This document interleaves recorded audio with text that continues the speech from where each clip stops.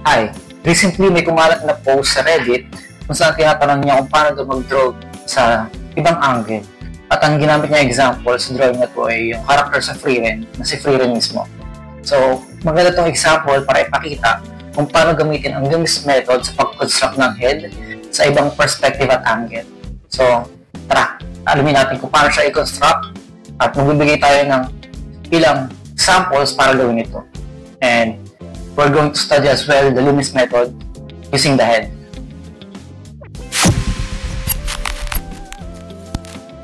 So ito na, no? Ito yung recent trending post na sumabay dun sa legendary na drawing Sasuke, no? Na traditional drawing. So isa to sa magandang example para i-demonstrate kung ano yung Loomis method or constructing the head using the Loomis. Kapag i-construct ng Loomis method ay makikita sa libro ni Andrew Loomis na drawing the head and hands. Yung PDF nito online and pwede rin ako mag-provide nito sa comments. By the way, sa Loomis method, may dalawang component which is bilog and yung triangular shape or trapezoid shape para sa jaw. So, ganito siya. Essentially, meron kang bilog. Hindi naman kailangan ng perfect, no? Pero, that's your circle. Essentially, same yung length niya, height, tsaka width. And then, yung other component is trapezoid or yung jaw. So, yun yung basic component na ipag-connect mo lang sila. And starting sa cranium or sa head, sa Loomis method, ang pinagbabasehan natin yung bola or yung head cranium. So, essentially, i-divide mo siya sa 3.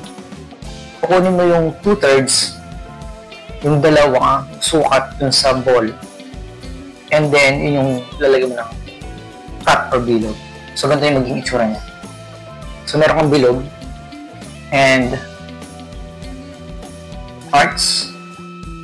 Yung cranium, yung bungo, lines na siya na nilagay. So, ito yung sa brow line. And then, yung pag nakuha may 2/3, yun yung ilalim ng ilong. This is the ball. And then, yung 2/3 dito na kukunin, yan yung magiging placement natin mamaya for the hairline sa ilalim ng ilong. So, ganito yung mangyayari dyan. So, bilog. Una natin yung 2/3 nitong bilog. So, ito yung pinaka-head natin. So, hati natin siya sa 3. Yung kalahati. Ito, no? Hati natin sa 3. Let's say ganyan. And then, yung babang part din. Hati natin sa 3. Ito yung basis ng Loomis method. And then, hati natin siya sa tag-3 or 6, if you must say. Tapos, kukunin natin itong top part and then itong lower part. Yan. Tapos ganun horizontal line. No, sa parang equator niya. At hindi natin sa 3. Basis lang naman ito. Kahit naman hindi siya sobrang pantay na pantay. Pero at least ma-ingrain sa isip nyo. Ano yung itsura nung circle na sinasabi ko. So, ayan ulit. Yung pinang second circle na gawin natin kasi dapat makuha natin yung sizes ng 2 circles natin. So yan, ito yung second circle. So essentially ganyan yung itsura niya.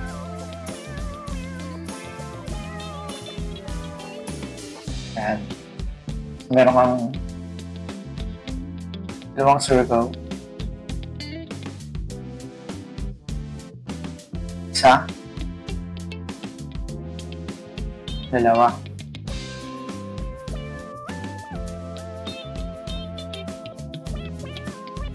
Since yung tulo natin hindi siya perfect na bilog, no? Pabilog siya sa pag ganun, pero yung side natin medyo flat. So etong smaller na circle na nandiri ito, yun yung itong smaller circle na to. Yan yung size ng flatness ng side ng face or nung cranium lang. Mamaya natin ikakabit yung sa jaw part. So, i-duplicate natin itong circle. At least may basis na tayo kung ano itsura niya.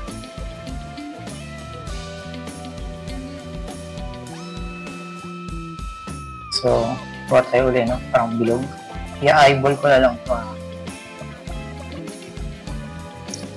Yan. So, ganun ulit, no?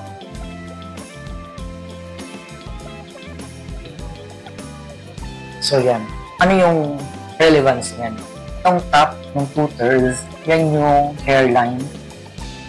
Ito, yan yung brow ridge or yung buto dito sa kilay. Yung buto hindi yung mismo kilay. And then, itong bottom part, na yan yung ilalim ng ilong. So, paano natin makukuha yung baba? I-extend lang natin sa same length itong division na ito. So, since ito siya, 1, 2, tama? Ayun yung sukat niya, 1, 2, tapos mag-extend pa tayo ng isa. Same length, no? I-eyeball nyo na lang or tansyahin nyo na lang. Sabi natin ganyan, pero mukha siyang humaba. Sibasan natin konti. So, yun yung pangatlo niya. Ito na yung chin or yung baba. So, yan yung markings. Try natin duplicate tapos try natin na ilagay yung features ng mukha. Ang profile nito ay side view pero pwede rin itong front view. So, ito lang yung parang pinaka-baseline kung ano magiging itsura. And then, try natin itong gawin sa extreme angle mamaya.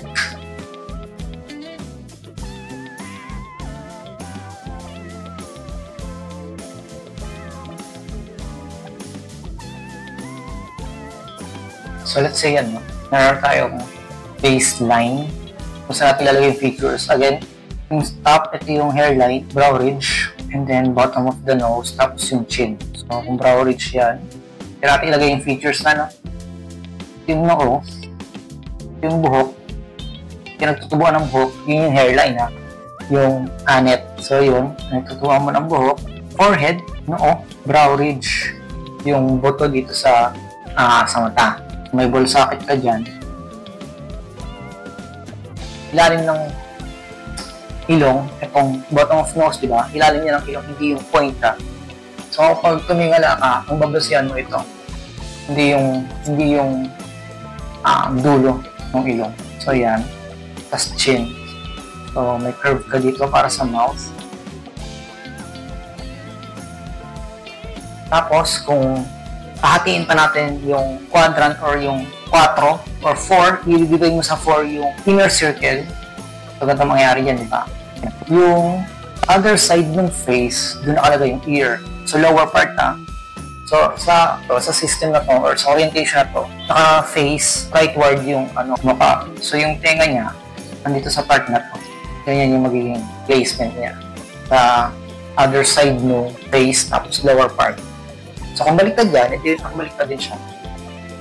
Ganyan. Yan. So, kung nakabaliktad siya, ganyan yung magiging itsura niya. No? Kung yung bilog niya ay yung mukha niya nasa kaliwa, yung tenga niya, siyempre, nasa farther part ng circle natin, tas lower part.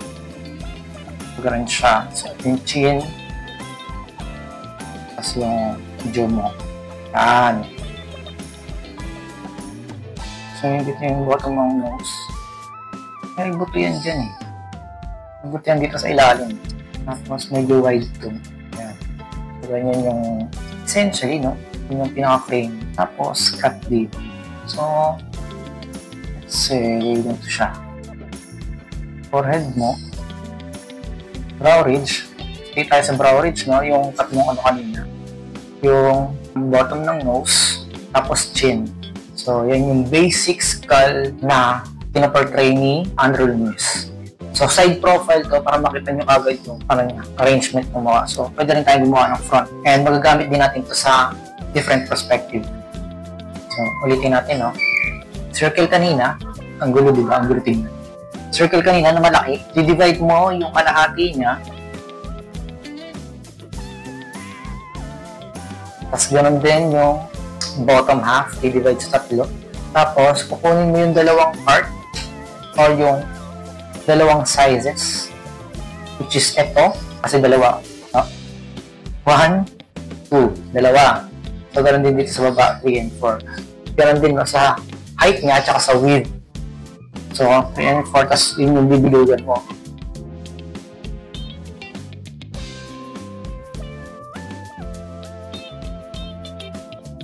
Pag nakuha mo na yan, so ganun din, i-divide mo siya sa tatlo naman. So, ano rin dito, 1, ito na yung 1. Same lang naman kanina, no? Smaller circle. Pag dalagdag talaga, that you had, ng isa pang length nung third na yun sa baba. So, ito sa baba.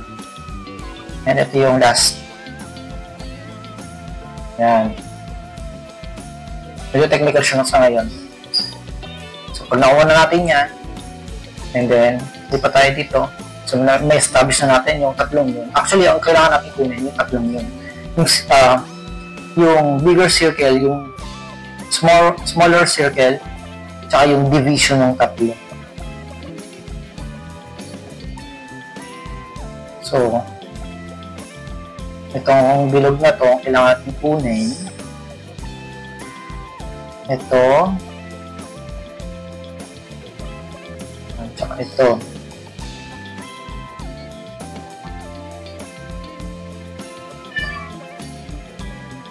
Yan. Bali ang tatlong yan. Para ma-establish natin yung pagkakabilog ng bungo, tapos yung placement ng features ng face. So, ma-establish na agad natin yung hairline, brow ridge ha. Ang brow ridge hindi yung kilay. Yung buto mismo, yung ridge. Dito. Buto sa eye socket. And then yung bottom of nose, yung bottom, yung ilalim mismo ng ilong. Dito, pinagkakabitan ng upper lip, tsaka ng nose mismo. Hindi yung point hindi yung dulo. Tapos yung chin, baba. So, yung chin, madali na yun. And then, doon natin ma-establish yung hairline. Parang mataas pa eh. So, sa character design, pwede natin pababain yan.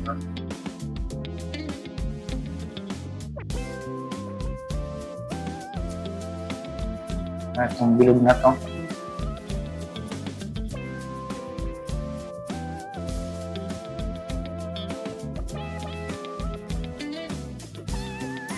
Yung gitna. Ay, ito yung hairline. Brow ridge. Bottom of nose. Tapos chin. So, ayun o. Ito rin o. Hairline. Brow ridge. Brow ridge yan ha. Pwede, napakalapit na sa kilay. Pwede gano'n naman talagang i-substitute, pero brow ridge yan. Under ng nose, and then yung chin. So, yun yung, ayan. Hairline, brow ridge, nose. Hindi pantay perspective ko. Yan. So, basic. Ito nga, makukuha na yung angle dito eh. Sa foreign head na gagawin natin. So yun, gagamitin natin yung Loomis method, yung ball, cranium, pati yung jaw, para magkaroon ng basic illustrations ng iba't ibang angle ng head or even perspective ng head.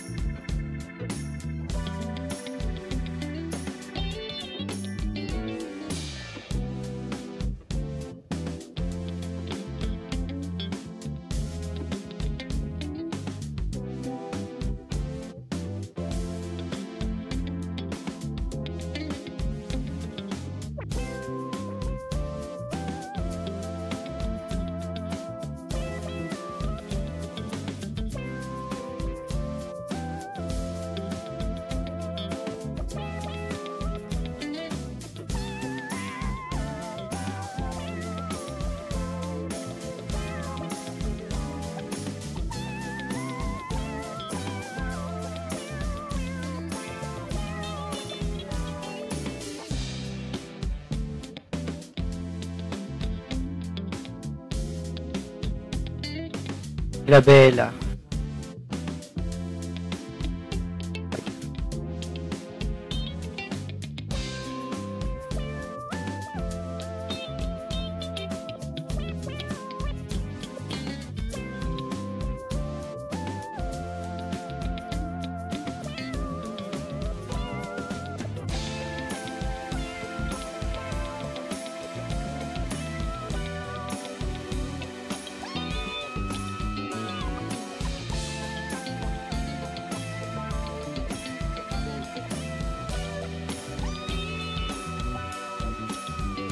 Kung makikita nyo ulit, no?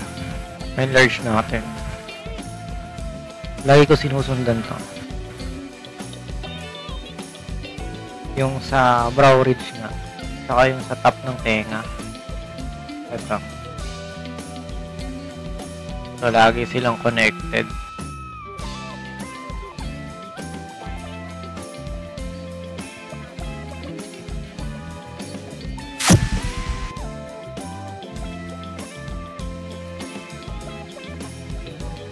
So, may dalawa tayong figure na gagawin. Either sundan nga natin yung front ng face or yung baba. Kasi magkaiba sila ng orientation. So, ngayon, makikita naman natin sa diba. So, mas oriented or mas okay yung placement nito. Itong face, tsaka nung side ng face. Pero yung baba, dun tayo nagtatalo kasi hindi siya pantay. Nahin muna natin yung orientation ng face. So again, below or the cranium. Kaya natin madali. So, cranium tayo ulit. Susundan ko yung angle ng kilay niya. Ito yung pinakamalapit.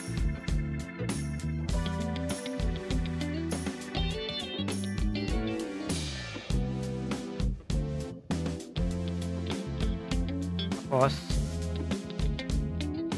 yung angle ng head, let's say pa ganito, kukunin natin yan para magkaroon tayo ng location. Yan, kukunin natin yung center muna para makuha natin yung maliit na circle.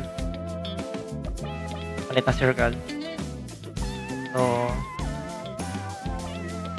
center line ng center line.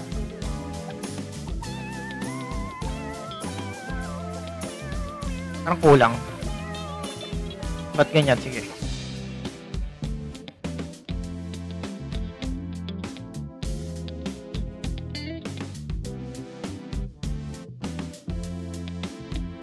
Yung chin.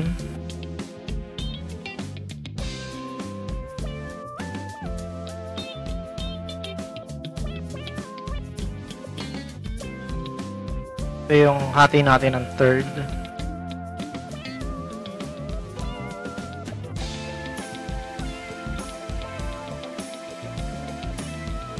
Ito yung forehead niya, brow,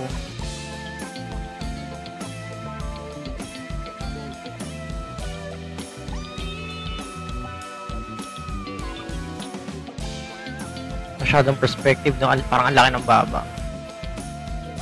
Tinunod ko sa okay. Pwede natin mag-cut dito.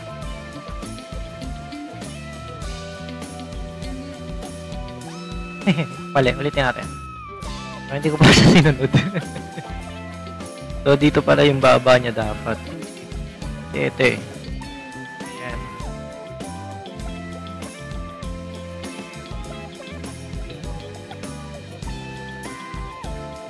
Ayan. Na-first natin yung ilong tuloy na maging malaki.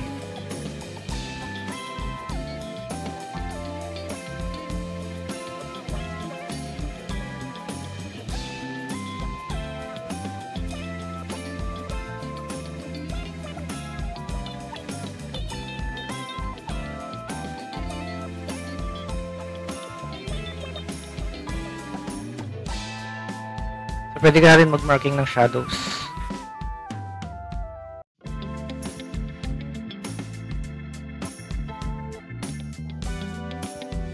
And then, ayan na.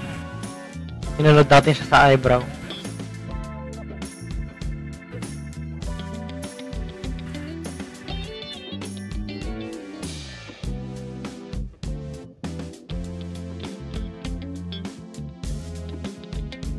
Tapos, yung isa naman, susunod natin doon sa jaw niya. Ang orientation ng jaw is pag ganito.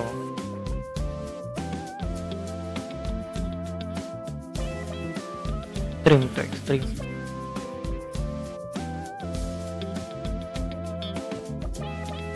Kuha tayo na bang kulay? Dali. Ito yung tricky na part kasi hindi ito yung usual na ginagawa natin sa Loomis, which is yung cranium muna o yung bungok muna yung inuuna na i-drawing, yung circular form. Dito kasi yung baba. Pero at least may angle tayo na kukunan, which is yung angle ng chin. So doon tayo magbe-base ng ating angle. Ang mangyayari dito parang reverse engineering.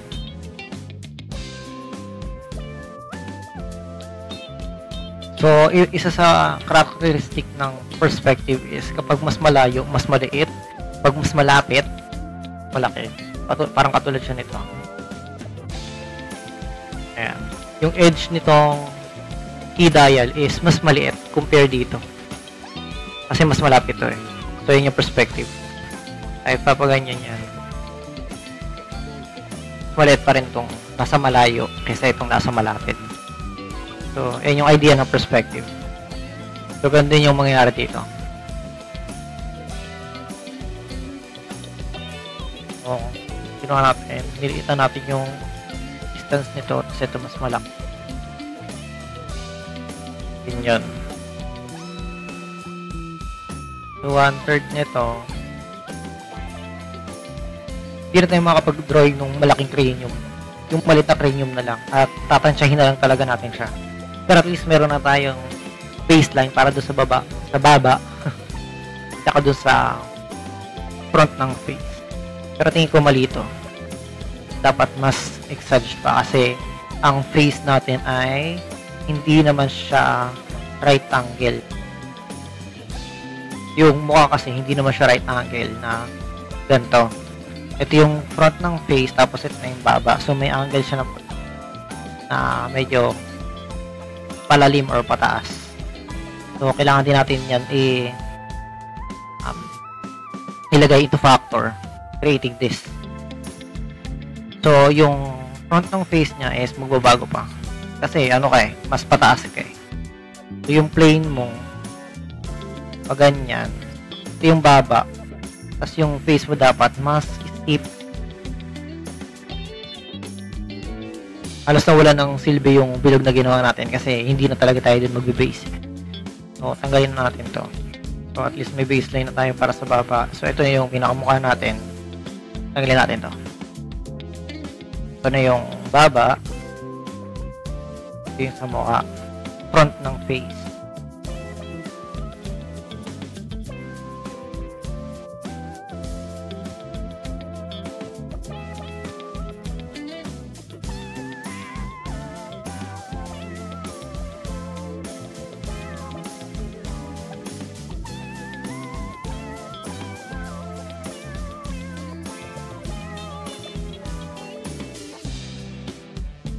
So, gusto kong sundan yung curvature na yun.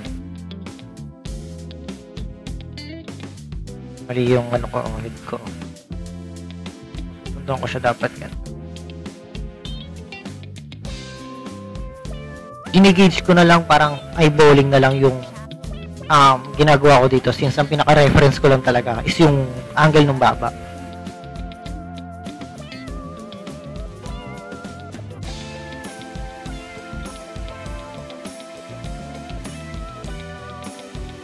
So yan, basically ang head ng ating free rem. So may tayo sa option kung mali. Nakalimutan ko lagi na anime style siya. So yan natin i-feel yung pagkaka-anime niya.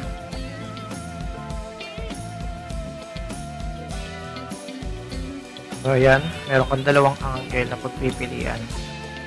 Kasi magkaiba yung ito yung una ko talaga nakita nung nakita ko yung picture na to.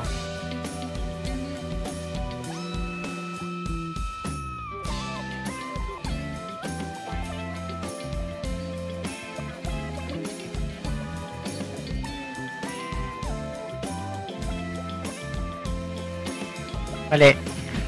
Malaki nga pala yung mata ng anime. mapapansin nyo, hindi talaga ako versatile sa anime. Pero dahil alam ko yung fundamentals, basic anatomy, basic construction ng head or ng Loomis method, so kaya ko siyang at least i-emulate or at least 75%. Pero kasi yung style, dala na yun ng anime-esque nung art style mismo eh.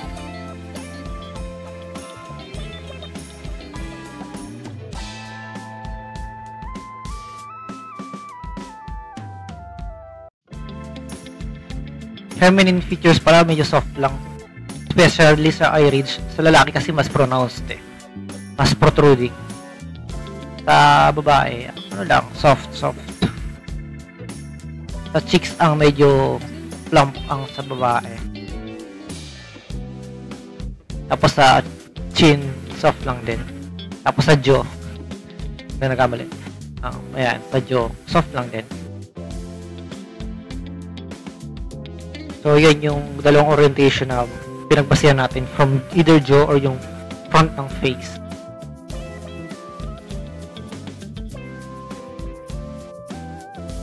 So, yan. Thank you sa mga nanood at sa mga na-appreciate ng ating ginawa. So, ito yung basic orientation ng face na ginamit natin ng Loomis method. At least yung face-based kasi mas madali pa siyang kopyahin o emulate since may pinagbabasihan tayo sa cranium or yung pinakabungo ng character. Doon naman sa jaw base, ang pinagbasihan lang talaga natin yung chin. So yung orientation lang ng chin, tapos eyeballing na lang dun sa proportion ng face, which is yung from yun na lang talaga yung pinaka pinagbasihan natin. And so far nagawa naman natin siya in an anime style and pwede na i-post. Siya kung may mga katanungan kayo, just comment down below and I'll try to post another tutorial maybe this week as well or next week, or kung gusto nyo gagawa ako ng sketchbook tour, which is meron naman ako maliit dito na sketchbook, yung mga drawing naman tayo dyan, so tour natin yan next time. So yeah, I'm doing digital and traditional as well. Goodbye. Kung nakatulong sa'yo ang video na to, please share sa ating art communities para makatulong pa sa iba. Maraming salamat at see you next time. Ciao!